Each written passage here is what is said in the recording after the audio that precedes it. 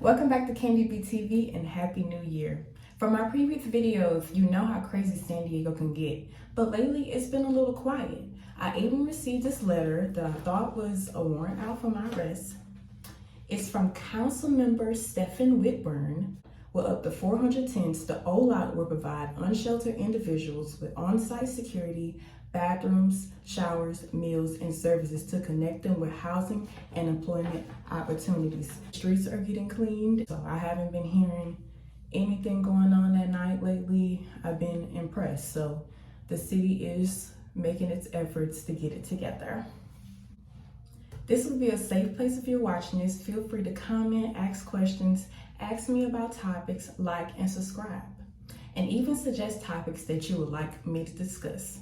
This is going to be my practice as a broadcast reporter, so when I do get my dream job, I don't look like a deer in headlights behind the camera. After attending a media class where I had to sit behind the camera and read from a prompter, I realized that this career field isn't as easy as it looks. Now, moving forward, a lot of people out there do not watch the news. So I want to be your friendly neighborhood reporter to break down those complicated and interesting topics that you may see in the media. I'm going to begin with the Hamas Israeli war.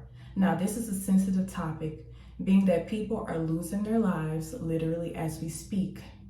The reason why I've chosen this topic is because it was a confusing topic for me, and all these things were going on, but I didn't know what was going on for sure. So I said, let me do some research. So I started my research by looking up the origin of where is Palestine? Where is Israel? I don't know these things off the top of my head. So the Palestine and Israel both share the capital of Jerusalem, and they're fighting over territory in Gaza. They're both located in West Asia. The language spoken in Palestine is Arabic, and the language spoken in Israel is Hebrew.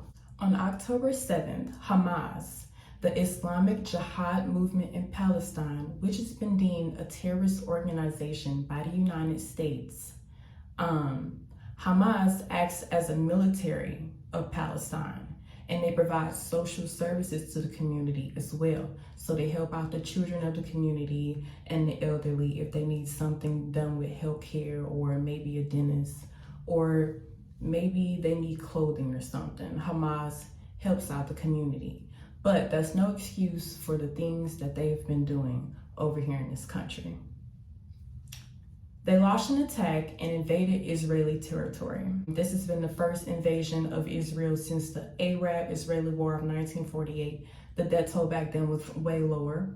The death toll now is at approximately 20,000 individuals. Just to give you a scale of how bad it is, 300 people were killed in 24 hours on December 22nd. Incidents. Hamas Arm Wing has released a video of its weapons manufacturing capabilities. It shows the fighters operating machinery to make rifles, assembly ammunition, and test weapons. A message to Israel released said, "We will continue killing your soldiers by our locally manufactured snipers." Now, Hamas, the Islamic Jihad movement, were the ones that launched the attack. So Palestinian students have been targeted all over the world. There was the student in Germany. He was shot and killed in Hamburg, and it was racially motivated because he was protesting online. And some Palestinian students were also shot in Vermont in the United States randomly as a result of this ongoing war.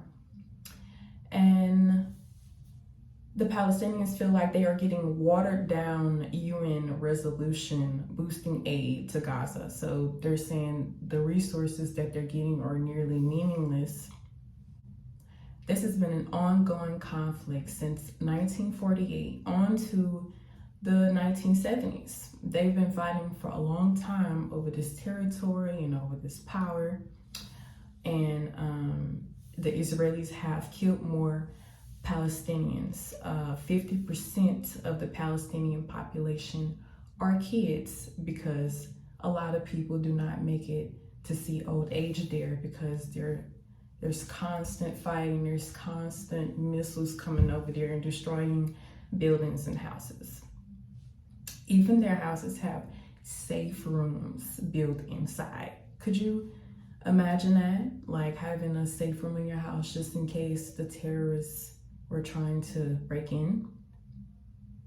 Hamas feel as though they are getting stronger, and Israel has underestimated them because, you know, over the years, Israeli have been seen as like bullies. You know, they've been going back and forth, but the Israelis have more power than them. Well, they thought.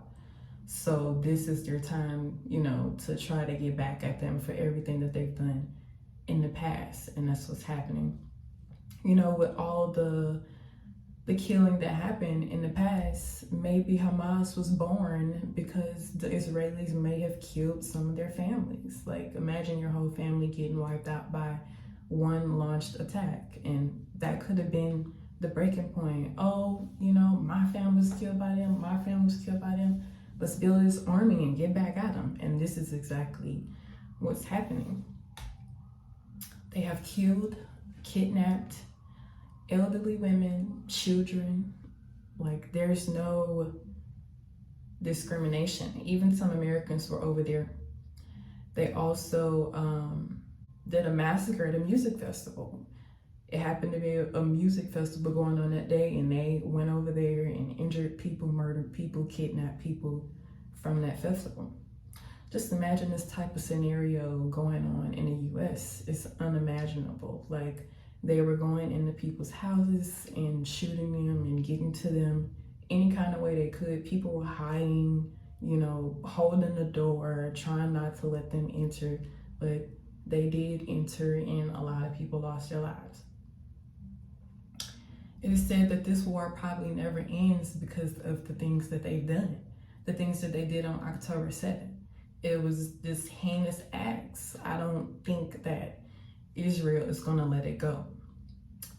And during these attacks, it was said that the government took over 8 hours to respond, and the citizens feel like that was negligent by the Israeli government, but the Hamas severed the communication by breaking into, you know, the towers and destroying the communication, you know, the way that they communicate. And so they've been sending rockets back and forth at each other for years. It's almost like the purge. It's literally, that's the scenario. They came over there and just started slaughtering people. And the leader of Hamas used to be a prisoner of Israel, and he speaks the language. So it's said that maybe he knew some inside information, and that's how he was able to direct Hamas to go over there and, you know, get over there so easily. So shocking that I can't believe that the U.S. hasn't intervened. Some of these heinous acts were posted to TikTok, so people saw their family being killed through TikTok. More than 100 journalists have been killed in Gaza since October 7th, says the Gaza government media office. And can you imagine that? You know, as a journalist, you're just over there trying to do your job, and, you know, you lose your life because you're just in the middle of it. But some people are very passionate about being a journalist, so they take that risk and they go out there and they try to get that story. Would I go? If I had the opportunity, I probably would take the risk and go, because, you know, that's a once in a lifetime story. Like, that is insane. Like, it's not something that you really want to be around, but it's something that you want to help out. Like, if you can get that story out there and it could help maybe save a life, maybe it could reach Hamas, and maybe a hostage could be let go because, you know, you put this person's family on the broadcast. You never know. Anything to help. As of yesterday, January 2nd, the second leader in command of Hamas was killed in a bombing. And the attack was launched by Israel, but Israel is not taking credit for this attack at this time. I don't think this war is going to end anytime soon because it is out of hand. Too many people have lost their lives. There's a lot of egos involved. And especially with them killing one of the top leaders just yesterday. Like, I don't think, it's going to stop. The death toll is at 21,000 plus. I don't know what's going to happen. Is the U.S. going to get involved? I don't know. But I'll keep watching the news and keep covering this story and keep reporting back if anything changes. But thanks for watching. I hope this gave you some clarity on what's happening within this war. Have a good night, say a prayer, and I'll see you next time with the latest stories.